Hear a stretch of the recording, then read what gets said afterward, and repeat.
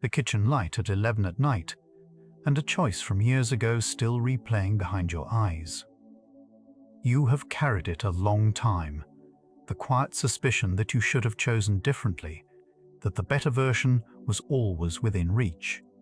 Science has been circling that exact ache, watching what a brain does in the half-second before a person feels themselves decide. Here's the part that unsettles almost everyone who hears it. The brain often begins preparing a movement before you feel the wish to make it. Welcome to Psychology for Sleep. For tonight, none of that has to be solved. You are resting at the edge of a question far older than your worst memory of getting something wrong. Let the day's grip on that memory loosen a little. Let us follow the question toward where it actually begins. Underneath everything we look at tonight sits one quiet question, the same one that visits you in the dark. Do you truly choose what you do, or are you simply watching yourself do it? Most of us never ask it out loud because the answer feels obvious until you look closely.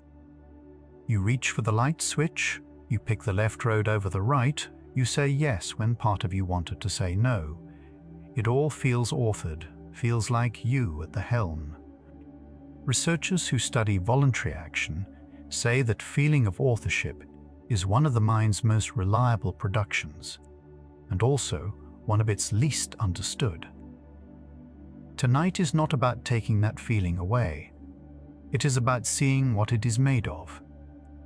The glass of water was already in your hand before you remember reaching for it. Small actions like that happen below the surface of attention, and scientists who study movement call this the difference between doing and noticing you have done. Your motor system can organize a reach in a fraction of a second, long before the slow narrator in your head catches up to describe it. This is not a flaw. A body that waited for a full internal debate before every gesture would be impossibly slow. What it means is gentler than it first sounds. Much of your day is carried by a competent, quiet system that does not need your commentary to work. You were never doing all of it by hand.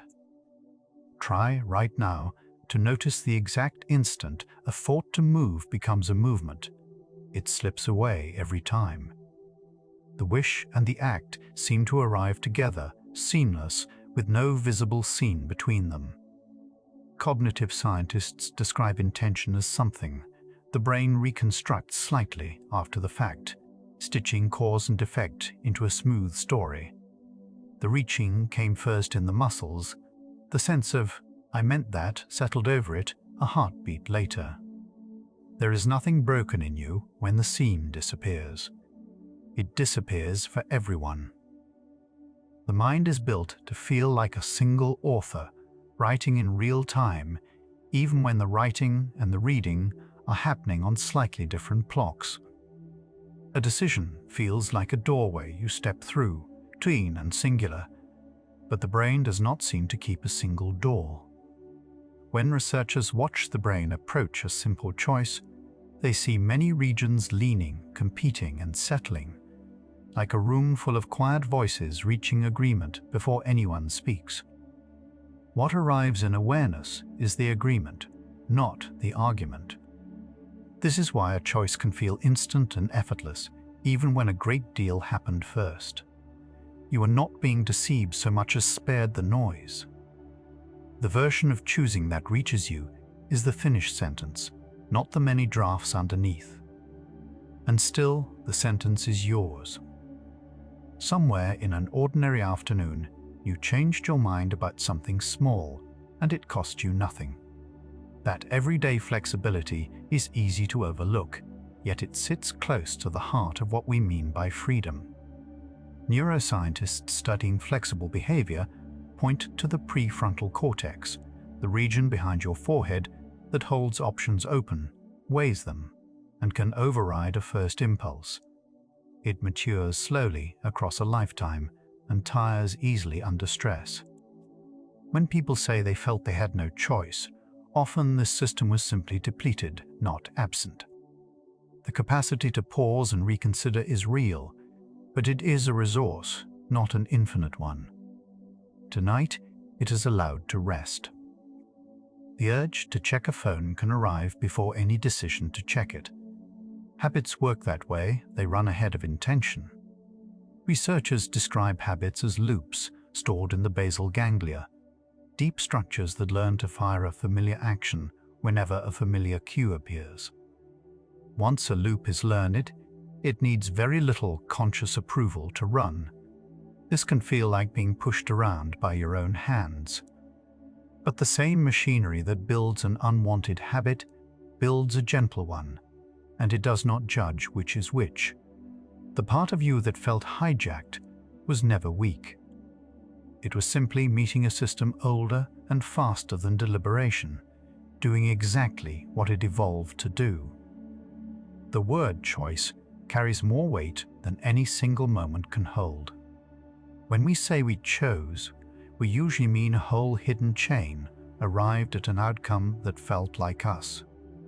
Philosophers who study action distinguish between the choice you experience and the process that produced it, and they have argued about the gap for centuries. What is new is that we can now watch a little of that process from the outside. The watching does not settle the old arguments. If anything, it makes them richer. The experience of choosing is not an illusion to be exposed. It is a real event whose inner workings are simply larger and stranger than the tidy word we use for them. Consider the last time you stood up from a chair without planning to. No inner announcement, no countdown, just up. Movement scientists find that the brain builds a readiness for such actions gradually, a slow rise of electrical activity that begins before any reportable decision. It was first measured in Germany in the 1960s and named the readiness potential. For a long time it was read as the brain quietly making up its mind ahead of you. That reading is exactly what later scientists began to question, and we will follow that story carefully. For now, notice only this. Something prepares in you before you feel the prompt. What it means is still being worked out.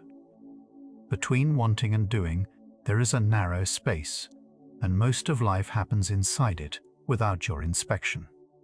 You wanted rest, but kept scrolling. You meant to speak kindly, and the sharp word came first. That gap is where self-blame likes to live. But researchers who study self-control describe the space between impulse and action as physical, not moral, shaped by sleep, blood sugar, stress, and practice. When the gap felt too small to stop something, it was rarely because you did not care enough. It was because the conditions that widened that gap were missing. You can learn to widen it, gently, over time. And none of that requires despising who you were on a hard day. Most of the day runs itself, and that is a mercy, not a failure. If you counted the decisions a single morning contains, the number would be uncountable, and almost none of them reached awareness. This is where the first turn in our question appears. If so little of what you do is consciously chosen, then perhaps freedom was never meant to be a spotlight shining on every act. Perhaps it lives somewhere else, in the rarer moments when you truly pause. Scientists who study attention estimate the senses take in millions of pieces of information each second, while awareness handles only a sliver. The self you experience is riding a vast, quiet animal that knows the way. A craving arrives without an invitation, fully formed, as if delivered. You did not sit down and construct the wish for something sweet or the pull toward an old comfort, it simply appeared. This is worth sitting with, because we rarely choose our wants, even when we choose whether to follow them. Researchers who study motivation trace desires to systems that evolved long before deliberate thought, tuned by biology and history you never signed off on. It can feel unfair to be judged for wants you did not author. And there is a quiet relief hidden in that unfairness. If the want was not your doing, then neither is the shame that usually rides in behind it. The mind loves a teen story of cause and effect, especially about itself. It tells you, I wanted this, so I did it. But sometimes people act first and the reason assembles afterward, smoothly, convincingly. In studies of split attention and divided brains, people confidently explain choices that were actually triggered by something they never noticed. The explanations are not lies, they feel completely true from the inside. What this reveals is not that you are fooled at every turn, but that the storyteller in you is generous, always ready to hand you a reason. Knowing this softens things. The harsh account you gave yourself of an old mistake may have been just one more story, not the final truth. Think back to a moment you call a turning point, a real decision that changed a life. From the inside, it feels like the purest example of free choice. Yet trace it backward, and it dissolves into 1,000 smaller conditions: who you had met, what you had read, how you slept the night before, the mood the weather left you in. Philosophers call this the problem of the unchosen background. None of it makes the turning point less yours. It simply means the self who chose was not a blank chooser floating free, but a whole life leaning in one direction. That is not a smaller thing than free will. In many ways, it is a larger one. Free will is not a modern worry. It is one of the oldest questions our species keeps. Long before brain scanners, people asked whether the future was fixed and whether their choices were truly open. What is new in our time is a set of experiments that seemed, for a while, to answer the question in a single direction. In the 1980s, a scientist named Benjamin Libet ran a study that would be quoted for decades as evidence that the brain decides before we do. We are going to look at that study closely and at everything that has happened to it since, because the headline it produced and the science underneath it are no longer the same thing. In 1964, two German researchers, Kornhuber and Dieker, asked people to make simple, self-timed movements while recording their brain activity. Averaged across many trials, a slow electrical rise appeared before each movement, and they named it the Bereitschaftspotential, the readiness potential. It was a genuine discovery, careful and real. The trouble came later in how it was interpreted.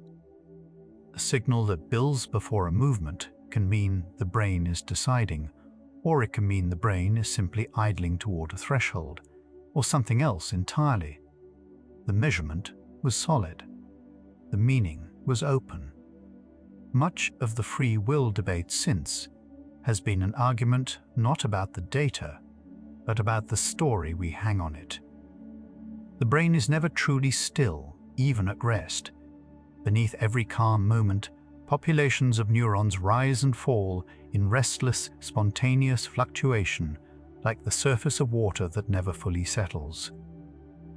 This background restlessness matters more than it sounds.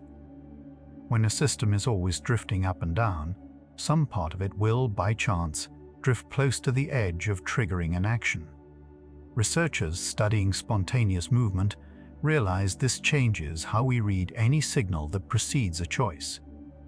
What looks like the brain preparing to decide might sometimes be the brain wandering, and a wandering system will occasionally wander right up to the moment of doing. We will return to this idea. It reopened a question many thought was closed. Beginning an action and halting one are two different powers, and you have felt both: the impulse that launches on its own and the quieter power to hold it back at the last instant. Libet himself, whose experiment is so often used to deny free will, believed the stopping was where freedom might live. He called it the veto, the capacity to decline an impulse already underway. Some researchers describe this as free won't rather than free will. Whether or not the brain initiates your urges beneath awareness, there seems to be room, however narrow, to say no. That narrow room is not nothing.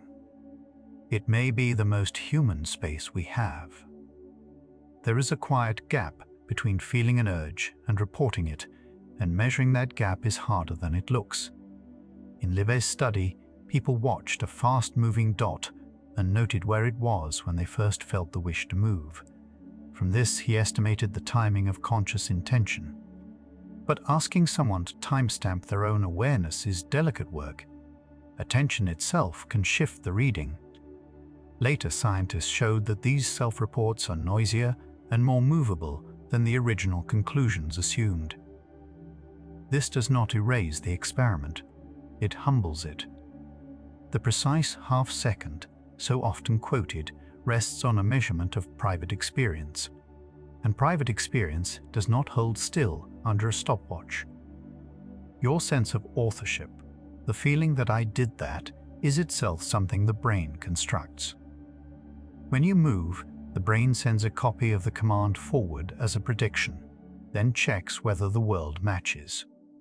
When prediction and result line up, you feel ownership of the action. Researchers call this the comparator model of agency. It explains why a movement someone else causes in your arm feels foreign, while your own feels like yours. Agency, in other words, is not a raw fact you simply have. It is a signal the brain computes many times a minute. That it can be studied does not make it fake. It makes the everyday feeling of being the doer a real, working achievement. The choice you regret can feel like proof that you are, at your core, careless or unkind. Late at night, the mind offers it as evidence. But look at what a decision actually required of you in that moment: a particular brain, a particular history, particular fatigue, particular fear. None of it chosen in advance. Researchers who study moral judgment find that when people understand the conditions behind an act, blame softens and understanding grows, both toward others and toward the self. This is not an excuse. It is accuracy. You were not a free-floating will that coldly picked wrong. You were a whole person in a specific hour, doing what that hour made most likely. That person deserves the same understanding you would offer a friend. The feeling of, I could have done otherwise, is central to how we judge ourselves, and it is far slipperier than it seems. In the moment, another path always looks available. But could that exact you, with that exact brain in that exact state, truly have chosen differently? Philosophers have argued this for centuries without agreement, and here our question begins to change shape. Maybe freedom does not require rewinding time and choosing again. Maybe it means something closer to acting from your own values rather than being forced from outside. Held that way, the midnight interrogation loses some of its cruelty. The question stops being, did I have an escape hatch, and becomes, was this act truly mine? Watch a decision that unfolds slowly, like choosing whether to forgive someone. It does not fire in a half-second, it ripens over days. The famous experiments use tiny arbitrary movements, flick a wrist whenever you feel like it, precisely because they are simple to measure. But a flick of the wrist and a life-shaping choice may not run on the same machinery at all. This is one reason the leap from the laboratory to grand claims about all of human freedom has been questioned so strongly. Our deepest question is quietly turning here. The choices that define a life may be exactly the ones those early studies never touched. The slow, considered decisions might be where you were most fully present. We rarely catch ourselves being reasonable, because reasoning feels invisible while it works. Yet the capacity to let a reason move you is a strange kind of freedom that no falling rock or flowing river has.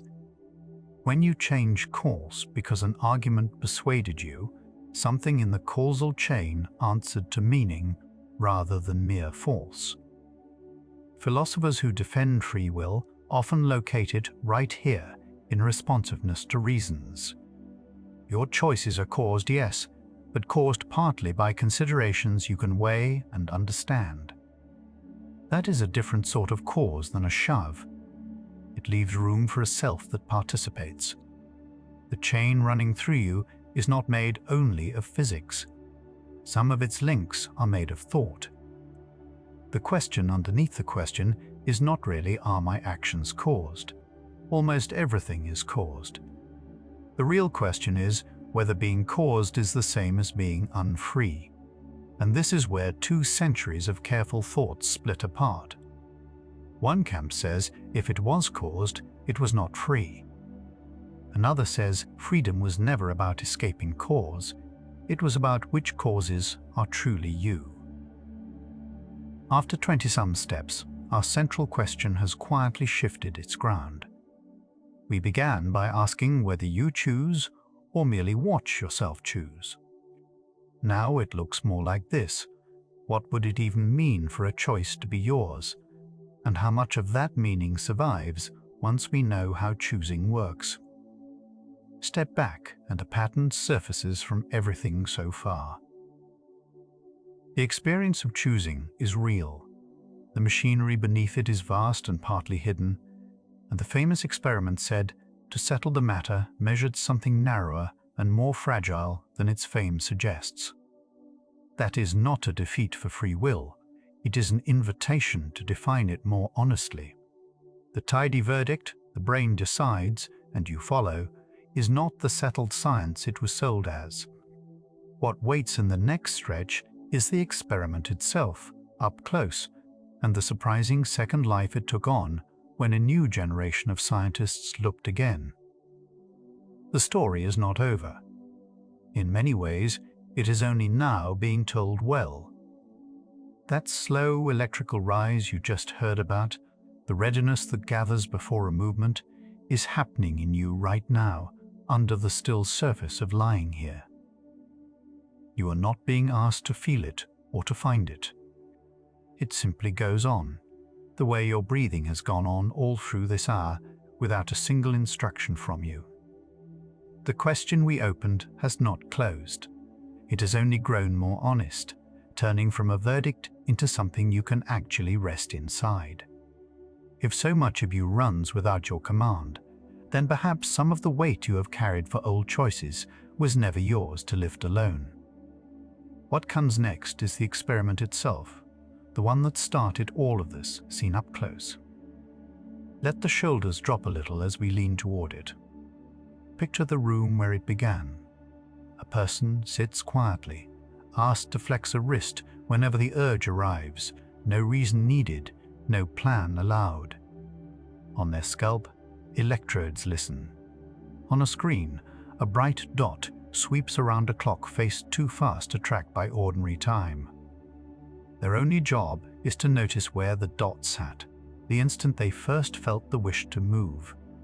This was Benjamin Libet's design in the early 1980s, elegant and strange. Everything the world later claimed about the brain deciding for us grew from this small, patient setup. It helps to see it plainly, because the setup itself already contains the limits people forgot. What Libet found in the average data was an order of events. The readiness potential began to rise roughly half a second before the wrist moved. The reported wish to move appeared later, about 0.2 of a second before the movement. So the brain signal came first, and the felt intention came second by a few hundred milliseconds. Stated that boldly, it sounds like a trapdoor opening under free will. But hold the finding gently. It is a fact about averages, about tiny movements, about self-reported timing. Each of those words is a door, and behind each door stands a question that would take the next 40 years to explore. A few hundred milliseconds is less than the blink you just made without noticing. Our intuitions were never built for such intervals, to lived experience, the wish and the wrist feel simultaneous. When scientists slow the moment down with instruments, they find an order that awareness could never have felt on its own. This is genuinely humbling, and it is worth letting it be humbling rather than frightening. The brain runs on timescales your inner narrator cannot reach. That does not mean the narrator is a liar. It means the narrator works with a coarser clock, and the fine grain underneath was never meant to be watched from the inside. The word urge is doing enormous work in this experiment, and it is a soft, ambiguous thing. When are you first aware of wanting to move? The question assumes there is a crisp moment to report, a clean edge to intention. But intentions can shimmer into being, vague before they are definite, and asking someone to pin the exact instant may create a precision that was never there. Researchers who re-examined this found that the reported time of awareness shifts depending on how people are asked and what they attend to. The famous gap between brain and mind depends on trusting a timestamp of something that may not have a single findable beginning. Averaging is a quiet decision that shapes what you see. To find the readiness potential, scientists lined up hundreds of movements and averaged the brain activity before them. Averaging reveals a smooth, rising curve. But any single moment, on its own, looks far messier, noisier, less like a steady ramp toward a goal. This matters because a smooth average can suggest a smooth intention building underneath, when the reality in each instance might be jagged and chancy. One of the deepest later criticisms is simply this: the elegant curve everyone pictures is a statistical portrait, not a photograph of a decision.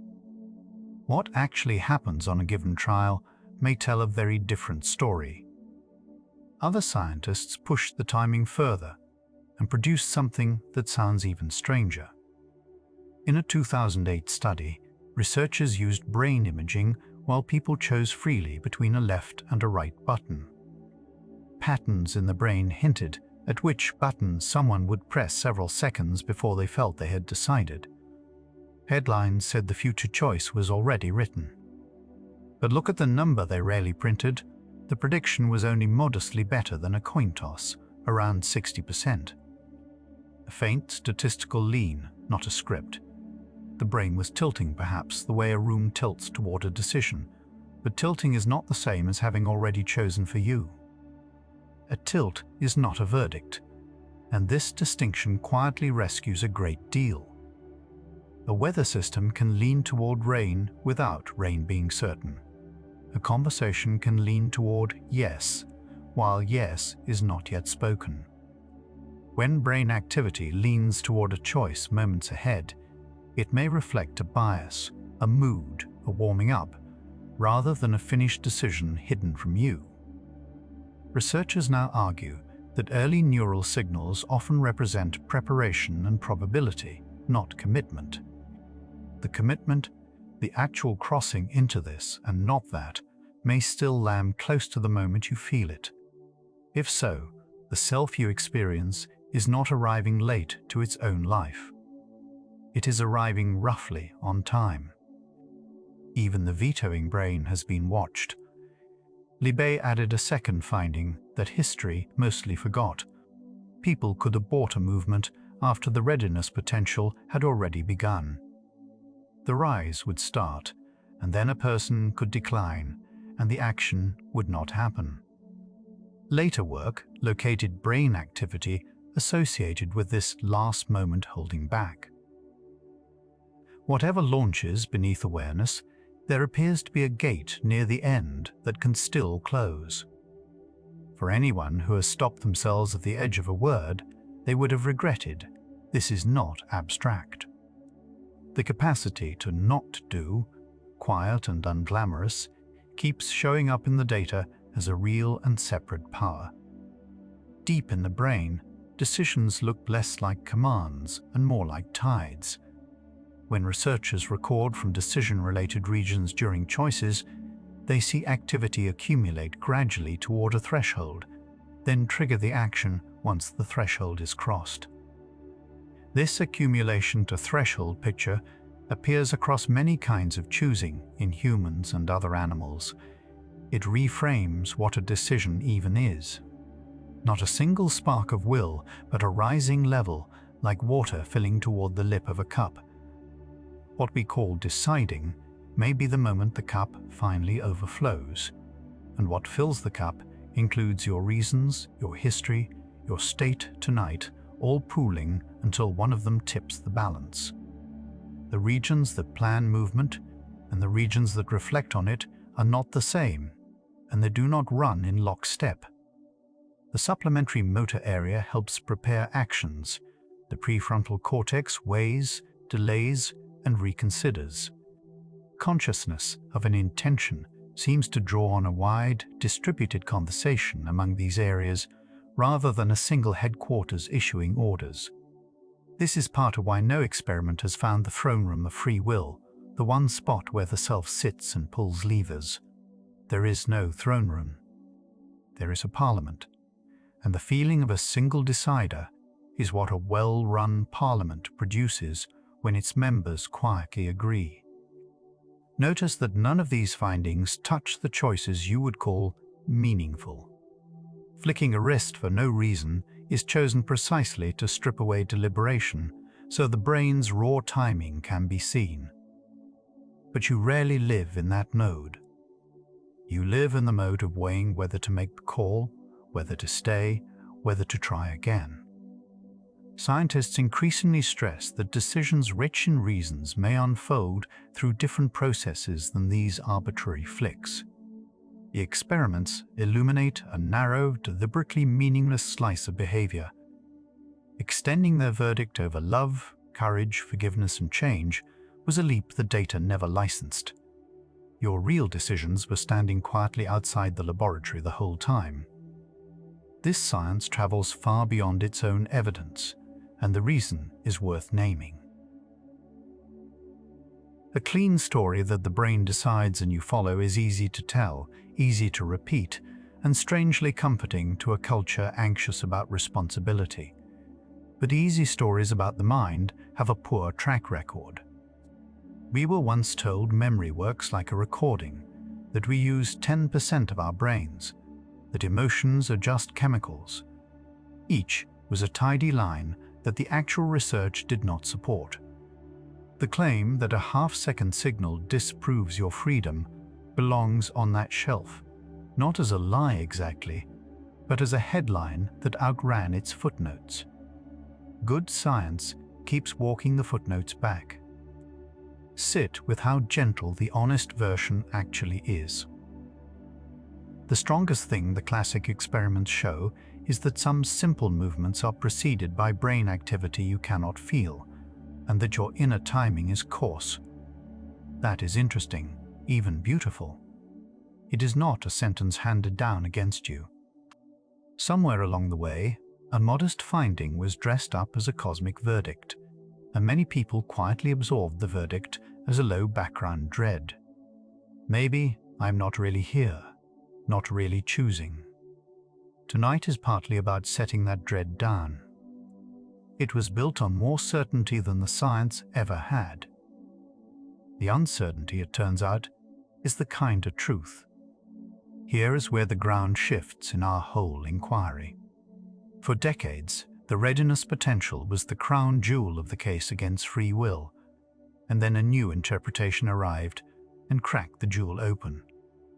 If that early brain signal is not a decision forming, but something closer to random neural drift reaching a threshold, then the most quoted evidence against choosing does not say what everyone thought. The question we have carried all night, whether you choose or merely watch, no longer has the confident answer it was given. It has become genuinely open again. And a question that is open is a place you can breathe, not a cell you are locked inside. Before we follow that new interpretation into the light, let the night hold what we have gathered. The experience of choosing is real. the machinery beneath it is vast, fast, and mostly quiet. The famous experiment is smaller and softer than its legend, and the strongest evidence once used to close the case has itself been reopened by careful people who simply looked again. Nothing here demands a conclusion from you tonight. The most rigorous stance, held by many serious scientists, is a spacious, not yet known. That spaciousness is where we are heading, and it is a good place to grow drowsy inside. The pace has changed in you, hasn't it? The thoughts a little farther apart now, the breath a little longer at its turn. Whatever you came here still arguing with yourself about, it can loosen its hold for a while. Let one slow breath leave you completely. We keep drifting through this together, unhurried, toward the part of the story where the old certainty quietly comes undone. In 2012, a scientist named Aaron Scherger offered a new way to read the readiness potential, and it changed the conversation. His idea began with something simple. The brain is always fluctuating, drifting up and down on its own. When you are asked to move at no particular time, perhaps you simply wait until one of those random upward drifts happens to cross a threshold, and then you move. On that view, the rising signal before movement is not a decision being made in advance. It is the tail end of ordinary noise that happened to climb high enough. The same curve, read completely differently. His model is often called a stochastic accumulator, which is a technical way of saying a rising tide made partly of chance. Imagine a level that ceaselessly wobbles from random input. Every so often, the wobble carries it over the edge, and an action fires. Averaging many such moments, lined up to when the action happened, will always produce a smooth ramp beforehand, even though no steady decision was building. This is the quiet bombshell. The elegant readiness curve, the one taken as proof the brain decides first, can be generated by a process with no early decision in it at all. The evidence did not vanish. Its meaning did. Scherger and his colleagues did not just theorize, they tested it. They set up a version of the task where, sometimes, a sudden click told people to move right away. Their prediction was precise. If random fluctuation is always drifting near the threshold, then people caught on an upswing would respond to the click faster than those caught on a downswing. That is exactly what they found. The result fit the noise model closely, and it is hard to square with the older idea that a deliberate decision was quietly forming half a second early. A theory earns trust when it predicts something odd in advance, and this one did. Notice what this does to the famous headline. For 30 years, the readiness potential was the strongest single piece of evidence that unconscious brain activity decides our actions before we are aware. The reinterpretation does not prove free will, it simply removes the readiness potential from the case against it. Even Patrick Haggard, one of the field's most careful voices, has said our understanding of this signal was blown open by Scherger's work.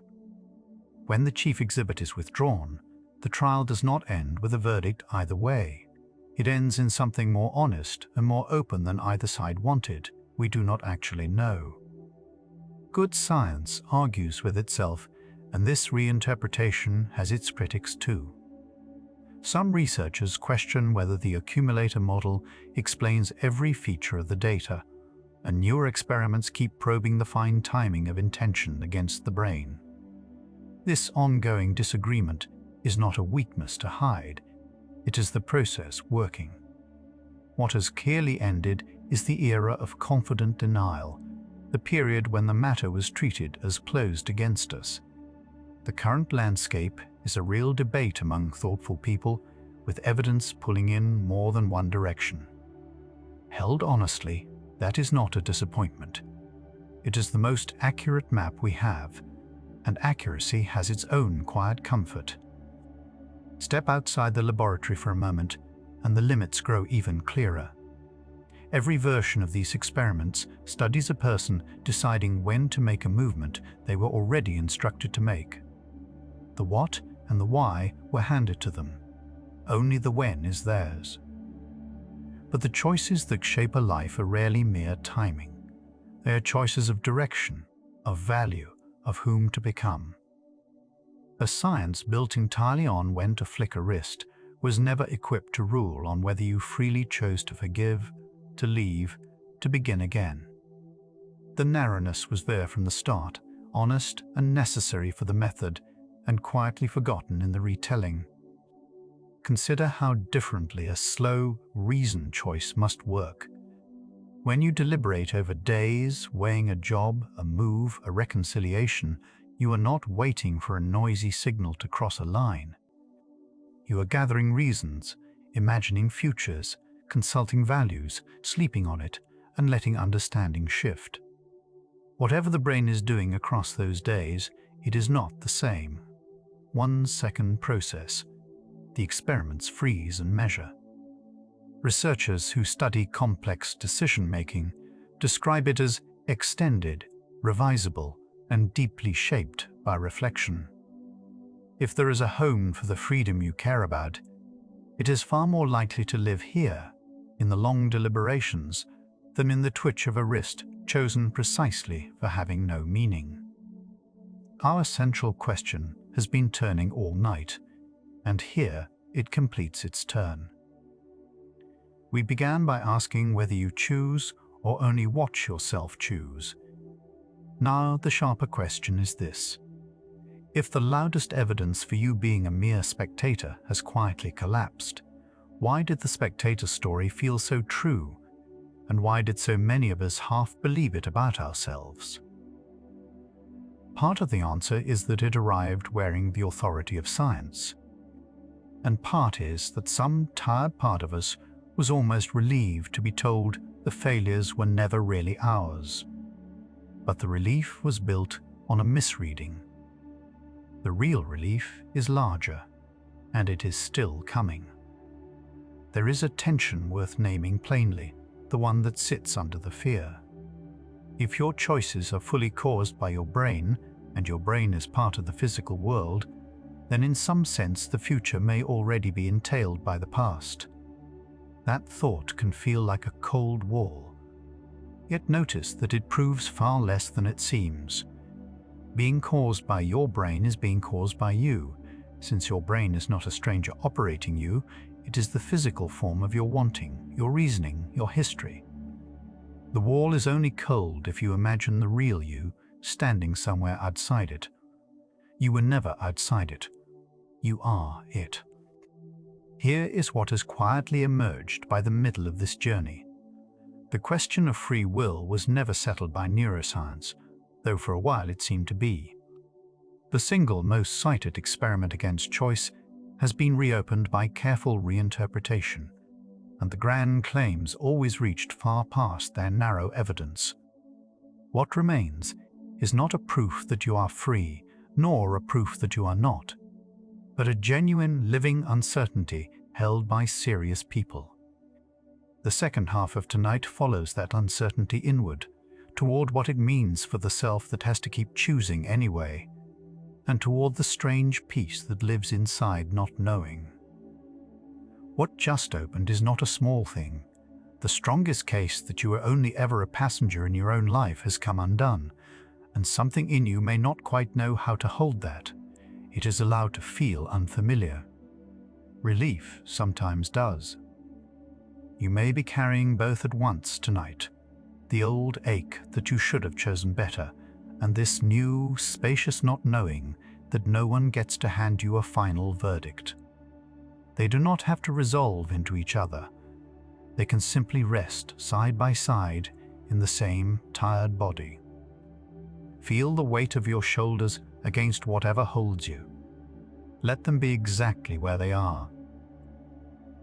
The second half leans further into this open question, slowly, and you do not have to arrive anywhere to come along. For centuries, a large group of thinkers has held a quietly radical position. that freedom and causation were never enemies. They are called Compatibilists, and their claim is that being caused does not make you unfree, as long as the causes running through you are your own reasons and values. On this view, a free act is not one that escapes the laws of nature. It is one that flows from who you actually are. If that is right, then no brain experiment could ever threaten your freedom, because your brain was never the opposite of you. It was always the place your choosing happens. Determinism sounds like a cold word, and it helps to see it plainly. It only means that events follow from prior conditions, that the present grows out of the past. Nearly all of science assumes some version of it, and life would be chaos without it. The mistake is to think determinism must erase you. A river is determined by its landscape and still carves the canyon. A seed is determined by its code and still becomes the whole tree. Being shaped by what came before is not the same as being absent from what happens now. You are one of the ways the past becomes the future. When people fear they have no free will, they often picture a true self trapped behind the brain, watching helplessly as the machinery decides. But that picture hides a mistake. There is no separate you standing behind your neurons, overruled by them. You're wanting, you're weighing, you're caring. These are what those neurons are doing. To say the brain chose is simply to say you chose, in the only language nature speaks. The dread comes from imagining a puppeteer and a puppet. Look closely, and there is just one thing: a living person choosing with the whole of what they are. Nothing is holding the strings from outside. Philosophers who study responsibility point to a capacity they call responsiveness to reasons. A falling stone cannot be moved by an argument. You can. When you change your mind because you understood something, a reason entered the causal chain and altered its course. That is a kind of freedom nothing lifeless possesses. Your choices are caused, yes, but among their causes are considerations you can grasp, question, and answer to. This is why we treat a thoughtful person differently from a falling object. The freedom that matters for a human life may not be freedom from causes at all. It may be the freedom to be moved by meaning. Having a desire and standing behind it are not the same thing. You can want something and also wish you did not, or want it and gladly claim it as your own. Thinkers who study the will describe this as caring about your own wants, a second layer of choosing on top of the first. When you endorse a desire and make it yours on purpose, that endorsement is itself a form of authorship. Freedom, in this light, is less about where a want came from and more about whether you take it up as yours. You are not only what you desire, you are how you meet your desires. The mind can turn and look at itself, and that turning is rarer than we notice. A thought arises, and you can question it. An impulse rises, and you can ask whether it fits the person you want to be. This reflective capacity, housed partly in the slow circuitry behind the forehead, is not perfect and not constant, but it is real. It is the seat of the second chances you give yourself. Whatever the deep machinery does first, there is a later moment where you can weigh in. Tonight, you are exercising that very capacity, gently, by looking at your own choosing with curiosity instead of contempt. Return to the phrase that haunts regret: I could have done otherwise. Compatibilists offer a quieter reading of it. It does not require rewinding the universe and choosing again with the same brain and the same state. It means something more human, that if your reasons had been different, your action would have been different too. Your choices track your values. Change the values, change the choice. That is exactly the kind of freedom worth wanting. because it means you are the sort of being whose acts answer to who they are. The impossible standard of escaping cause was never the freedom you actually needed. Some people hope quantum randomness might rescue free will, but look closely, and randomness offers no comfort. A choice made by a coin flip in your neurons would not be more yours, it would be less. Freedom was never about being unpredictable. It was about acting from your own reasons in a reliable way. A friend you can count on is not random. They are free and dependable at once. So the fear of determinism and the hope of randomness both miss the target. The self you want is neither a machine nor a dice roll. It is a reasoner. Freedom is not a single switch that is either on or off. It comes in degrees, and it changes with your condition. Rested, calm and clear, you have more room to pause, weigh, and choose from your values. Exhausted, frightened, or starving, that room narrows, sometimes to almost nothing. Researchers who study self-regulation see this directly. The capacity for deliberate choice rises and falls with the body's state. This is oddly freeing to know.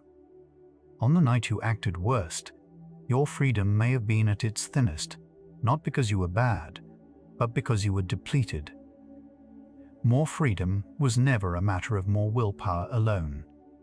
Recall the veto, the power to stop. Even if you do not consciously start every impulse, there is growing evidence for a capacity to cancel one already underway. Some scientists call this the true location of control, the last gate before action. You have lived this thousands of times, the retort swallowed, the message not sent, the hand that paused at the edge of an old habit. That gate is not loud or dramatic. It rarely gets credit, because its successes look like nothing happening. But a life is quietly shaped by the actions you declined. Free won't may be the most underrated freedom you own. Self-control turns out to be less like a muscle straining and more like a skill developing. Early studies pictured willpower as a tank that empties. Newer, more careful work paints it as something you can cultivate through habit, environment, and practice. You do not white-knuckle your way to a changed life. You arrange your surroundings, build gentle routines, and let the easier path become the better one. This matters for how you judge your past. If self-control is a skill, then falling short of it was a lack of training or support, not a defect in your soul. Skills can be learned, slowly, without any war against yourself. The brain has a whole apparatus for putting on the brakes. Regions near the front and top help inhibit actions, hold back responses, and delay gratification. When this system is strong and rested, the pause between impulse and act grows wide enough to choose inside. When it is tired or overwhelmed, the pause collapses and the first impulse wins. None of this is a verdict on your worth. It is a description of a capacity that fluctuates like every other. Understanding it replaces shame with strategy. Instead of asking, "Why am I so weak?" you can ask what would give this system more room, and the question actually has answers. A self larger than any single moment is being built in you across time. You are not only the person deciding right now, you are the accumulation of small choices that shaped what feels natural. Psychologists who study character describe it as slowly assembled, each act making similar acts a little more likely next time. This is a deeper kind of authorship than the flick of a wrist could ever show. You are writing yourself in slow motion, one ordinary decision at a time. The person you will be next year is being drafted tonight, gently, in what you choose to practice and what you choose to forgive. Your brain is less a passive receiver and more a constant predictor, always guessing what comes next. This predictive quality reaches into choosing too. The options you even consider, the futures you can vividly imagine, shape what you end up doing. And those imagined futures can be cultivated. When you picture yourself resting instead of ruminating, choosing patience instead of the sharp reply, you are seeding the predictions your brain will act from later. You are not outside the machine sending in commands. You are inside it, quietly biasing it toward the person you hope to become. That biasing, repeated, is a real form of freedom. Why do we still hold each other responsible if choosing is this tangled? Because responsibility was never really about a metaphysical spark. It is about the future. We respond to each other, encourage, discourage, repair, precisely because people are the kind of beings who can be moved by such responses. To hold someone responsible is to treat them as capable of change, which they are. This forward-looking view keeps everything that matters without requiring the impossible idea of an uncaused chooser. And it turns the same generosity back on you. You too are someone who can be reached, encouraged, and changed by how you are treated, including by yourself. Blame and understanding pull in opposite directions, and understanding is the one that heals. When you grasp the full weight of what a person carried into a moment, their fatigue and fear, their history, the impulse to condemn softens into something wiser. Researchers find that knowing the causes of an act increases compassion without erasing accountability. This is not permission to do harm. It is a truer way to see. Turned inward, it dissolves the cruelest lie. Regret tells that you did wrong because you are wrong. You did what a specific person, in a specific hour, was most likely to do. That person can be understood, not just sentenced. Psychology keeps turning up acquired finding. Treating yourself with kindness works better than treating yourself with contempt. People who meet their own failures with understanding, rather than harsh self-judgment, tend to recover faster and change more, not less. The inner critic feels like it keeps you in line, but often it just keeps you stuck, ashamed and depleted. Self-compassion is not lowering the standard, it is changing the fuel. If freedom means acting from your values, then a mind at war with itself has less freedom, not more. The gentler voice, it turns out, is also the more effective one. Tonight, you can practice using it. The self who made the choice you regret did not have what you have now. They did not have the outcome, the hindsight, the lessons the years delivered. They stood at a fork with less light, and they chose in the dark you have since walked out of. It is almost unfair to judge them by a map they had not yet been given. Understanding this does not undo anything. It simply places the old choice back into its real conditions, where it belongs. You were not careless, you were early. You were choosing before you knew what you now know, which is the only way anyone ever chooses. Character is not a statue you were carved into, it is a path you keep walking. Each choice lays a little more of the trail, making the next similar step easier to take. This is why change feels slow, and also why it is genuinely possible. You are not sentenced to who you have been. You are, in a modest and continuous way, choosing who you are becoming through the small repeated acts that most days no one sees. The freedom that runs a life is not in one dramatic decision.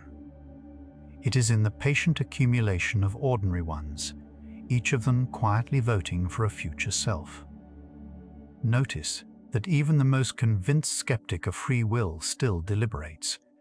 They still weigh options, still feel the difference between a forced act and a chosen one, still hold their loved ones responsible in practice. The lived stance of choosing is not something anyone can actually abandon. It is built into being a person who acts at all. Some philosophers take this seriously as evidence. Whatever the metaphysics, the experience of agency is not an optional illusion you can simply drop. It is the operating condition of a human life. You cannot step outside it, and tonight you do not need to. You can simply inhabit it more gently. Freedom, when you look for where it lives, is often found in the pause, not in the impulse which arrives on its own, but in the small reflective gap where you can ask, is this who I want to be? That gap is where reasons enter, where values speak, where a life bends by degrees. It is easy to miss, and it widens when you are calm and narrows when you are afraid. This is a hopeful thing to know at the edge of sleep, because rest is exactly what widens the gap. Caring for yourself is not separate from being free. It is how freedom gets more room. A quiet peace becomes available when you hold the question open instead of forcing it shut. For a while, the culture wanted a verdict, free or not free, proven by a machine. But the honest position held by many careful scientists and philosophers is that we do not yet know how consciousness, causation, and choice fit together. That is not a failure of thought, it is the frontier of it. And a frontier is a place of possibility, not a locked door. You are allowed to live inside a beautiful open question. You have been doing it all along. Every day you chose without certainty and kept going anyway. Here is what the whole night has been walking towards, said plainly. The single experiment most often used to prove you have no free will never proved it. Its famous signal was reinterpreted, its scope was always narrow, and its verdict outran its evidence. What the science actually offers is not a cage, but an open question held by honest people. The freedom you longed for, the kind that lets you act from your own values and become who you choose, was never the thing the experiment could touch. It stands where it always stood, in the pause, the reflection, and the slow shaping of a self across time. Science is extraordinary at describing mechanisms and modest, when honest, about meaning. It can tell you when a brain signal rises, how a decision accumulates, which regions inhibit an act. It cannot yet tell you what it is like to be the one deciding, or settle whether the whole cause process amounts to freedom. Those questions live where measurement and meaning meet, a place we have barely begun to map. Knowing the limits of the answer is itself a kind of wisdom. It keeps you from being frightened by findings that were never as final as they sounded, and it leaves the door open where it should be left open. Here is the fullest form of what tonight showed. Libet's experiment was once treated as proof that free will is an illusion, that the brain decides and you follow. But that reading has wobbled. Its keystone was reinterpreted, its reach overstated, and the debate it seemed to end is open again. In that openness there is room to breathe. If no one has proven you were only a spectator, then the harsh account you gave yourself was never the settled truth. You can loosen your grip on the verdict, it was never really in. That not knowing is not a loss. It is a gift with your name on it. The shaping you just heard about, the self slowly written by small repeated choices, is happening in you even now, in the quietest way. Choosing rest. Choosing to be gentle with an old memory.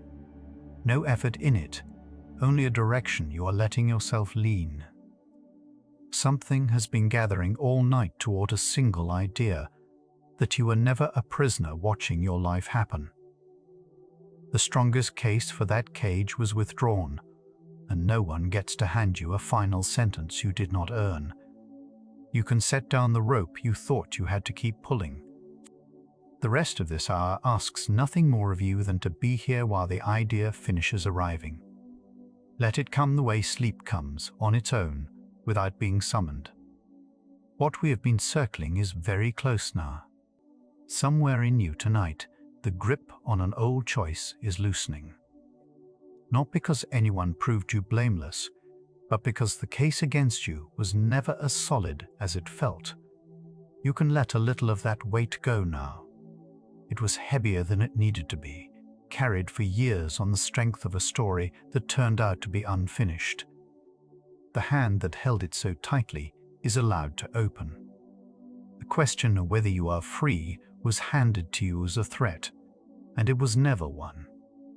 Held gently, it becomes something closer to wonder. That you choose at all, that a piece of the universe can pause and weigh and lean toward the good, is a quiet marvel, not a courtroom. You get to live inside that marvel.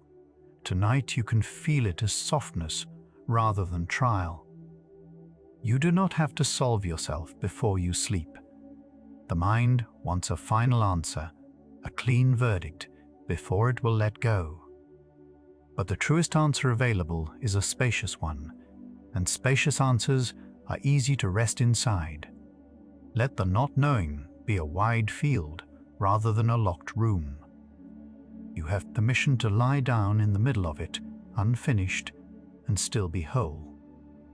Every kindness you ever chose was real, and no experiment touches it. The moment you stayed when leaving was easier. The gentle word you found when a sharp one was ready, the small mercy no one saw. Those were yours, drawn from your own reasons and values. Whatever the deep machinery was doing, it was doing it as you. Tonight you can remember that you have chosen well more often than you let yourself believe. The self that lies here is not a puppet and not a machine, but a living process still underway. You are not finished. The person you are becoming is being shaped, softly, by nights like this one, where you choose understanding over contempt. That shaping asks no strain from you now. It happens in the direction you lean, and right now you are leaning toward rest, toward mercy, toward letting the day be enough. There is nothing you need to decide before morning. The choices will still be there, patient, and you will meet them with a clearer mind than the tired one turning things over now. Sleep is not an escape from choosing. It is what restores the room to choose well. The widest freedom you have tonight is the freedom to stop and to let the deciding wait for a rested self. Consider how much of your life has already been chosen well without your noticing. The times you kept a promise out of quiet loyalty. The moments you tried again when giving up made sense. None of them announced themselves as heroic. They were simply you, acting from what you care about. A whole life is built from such unremarked choices, and yours has more of them than the harsh accounting ever admits. Let the word freedom soften into something warmer than a debate, not a prize to be won or a right to be proven, but the simple, daily fact that you can turn toward what matters to you. You have been doing it all along, every time you chose to keep going. Tonight, choosing to rest is one more instance of it, small and complete. There is nothing to earn. You may simply let go. The old voice that says you should have known better is speaking from a place that had none of tonight's understanding. You can thank it for trying to protect you, and you can let it grow quiet now. It was never the whole truth, only a frightened part of it. The larger truth is gentler. You were choosing in the dark, and you did the best a person in that dark could do. Notice that you are already choosing right now in the most peaceful way. Choosing to breathe a little slower. Choosing to let the shoulders drop. Choosing to believe, if only for tonight, that you were never merely watching your life from behind glass. These are real choices, quiet and unforced, and they are shaping the hour. Freedom does not always look like a grand decision. Sometimes it looks like letting yourself rest. There is relief in a question that no one can close against you. For a while it seemed the machines had spoken, and the answer was no. But the machines spoke more softly than the headlines, and the answer they gave was not a sentence. You are left with your life, unproven either way, which means you are left free to live it as though your choices are yours. And they feel like yours because, in every way that matters, they are. The night does not require you to be certain to be at peace. Certainty was never where peace came from anyway. It comes from setting down what you cannot carry and trusting that you will still be here in the morning, still choosing, still becoming. Let the great open question rock you a little, the way water rocks a boat that has finally stopped fighting the current. You are held even here, even unsure. You have spent enough nights arguing with your past self. Tonight, you can let that argument rest. The two of you were never really opponents. You were the same person, meeting the same difficulty at different points on the road. Offer that earlier self the understanding you would give a friend who was doing their best in a hard hour. That understanding is not weakness. It is the most accurate thing you could feel. What a quiet gift it is to be a being who can reflect at all. A stone falls without a thought. You can lie here and wonder about your own wondering. That capacity, however it arose, is a kind of freedom nothing else on the surface of the earth quite shares. You need not use it to interrogate yourself tonight. You can simply rest in the fact of it, grateful and unpressed. The whole long question has been softening toward this. You were never the passenger you feared you were. And even if some deep uncertainty remains, uncertainty is not a cage. It is open sky. You can lie beneath it without needing to name every star. The freedom you longed for was never a thing to prove. It was a way of living toward what you love, and you have been doing it all your life. Let the day's decisions settle like sediment drifting to the bottom of still water. The ones you got right and the ones you did not, all of them sinking gently out of the way, leaving the water clear. You do not have to sort them tonight. You only have to let them settle. In the morning, the water will be clearer, and you will see what needs seeing with kinder eyes. There is a version of you that has already forgiven the choices you are still holding. That version is not far away, it is only a little more rested, a little more understanding, a little further down the road. You can borrow its eyes for tonight. See the old mistake, the way the gentler self sees it, as a moment a real person moved through, and not the sum of who you are. You are allowed to be a mystery to yourself and still love the one you are. Science has not fully explained how choosing works, and neither have you, and that is no barrier to tenderness. You do not need to understand every mechanism to be at peace with the person running them. Let the not knowing extend all the way inward. You can hold yourself gently without a complete instruction manual. The pause you keep discovering, the small space where reflection lives, is widening now as the night deepens. Rest opens it. Calm makes it roomier. Tomorrow, from that wider space, the choices will feel less like compulsions and more like invitations. You do not have to reach for that now. You are simply letting the conditions gather, the way a garden gathers rain quietly while you sleep. Whatever the final truth about freedom turns out to be, tonight you get to choose peace. Not because you argued your way to it, but because you are allowed to. That is the strange and lovely thing about being the kind of creature you are. You can decide, softly, to let the day be over. And in deciding it, you prove the only freedom that ever mattered for this moment, the freedom to lay it all down. Let the question that has walked beside you all night lie down too. It has been a good companion, not a threat. It asked you to look closely and think honestly, and now it can rest with you in the dark, unanswered and unhurried. Some of the best questions are meant to be lived, not solved. You have been living this one beautifully, simply by staying gentle with yourself inside it.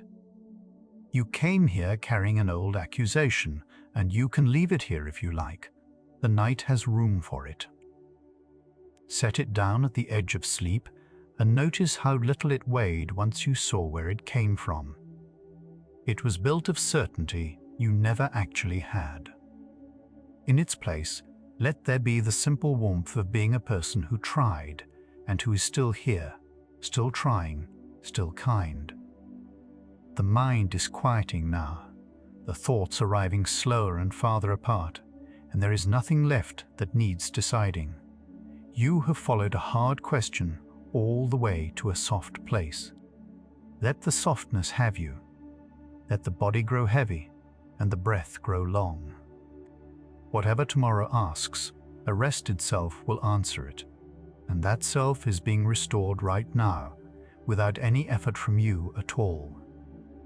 There is only this left to feel, that you were never separate from your own life, never merely watching it from behind glass. You have been inside it the whole time, choosing, caring, becoming, with the whole of what you are. That is enough. It has always been enough. Let the last of the day's weight slip away, and let yourself belong, fully, to the rest that is already here. You do not have to know whether you are free to be at peace tonight. No one proved you were only a spectator, and that open, unfinished truth is where your breath can finally slow. The choices were yours in every way that ever mattered, and the mistakes were a person doing their best in the dark. Rest now. You were never a prisoner watching your life. You were the one living it, and you still are. The whole restless question of choosing has gone quiet in you, the way a mind clears itself overnight without being asked. What kept you searching all evening is loosening its hold, becoming as soft as the room around you. Nothing was ever holding the strings from outside. There was only ever you, whole and unbroken, moving through your life with the whole of what you are. No verdict came down against you tonight, because none was ever real to begin with. Let your entire being dissolve into the quiet that opens when a hard question finally stops needing an answer. You do not have to be free or unfree tonight. You only have to be here, and you already are. The grip is open now, the one that held an old choice so tightly for so long. Nothing forced it open. It simply loosened once you saw that the case against you had never really been closed. You leave tonight with something different than an answer. You leave with room. The verdict you feared was never handed down, and the harsh account you kept rehearsing was only ever one story among many. There is space around your past now where there used to be a wall. You do not have to decide who you are before you sleep. You do not have to settle the oldest question a mind can ask. You only have to let the not knowing be wide and kind, and let yourself lie down inside it, held by a life that was always, quietly, your own. The Psychology for Sleep playlist has been returning to this same tender place from many directions, the place where what you feared about yourself meets what the science actually says. The next hour follows the question a little further, toward why the mind clings so hard to the harshest story it can tell about itself. That hour is waiting whenever you are ready. You can allow these thoughts to settle now, like sediment drifting to the floor of still water, leaving everything above them clear. Let your body grow heavy with the ease that comes after setting something down you had carried far too long. If sleep comes, let it take you to the wide, open field of not needing to know, where nothing is being decided and nothing is being judged. If your eyes have already closed, there is nothing left they need to open for. Rest well, gentle soul. You were never the one behind the glass. You were always the one living the life, and that life was always yours to keep. Fall asleep to gentle science, where the hardest questions become the softest place to rest. Good night.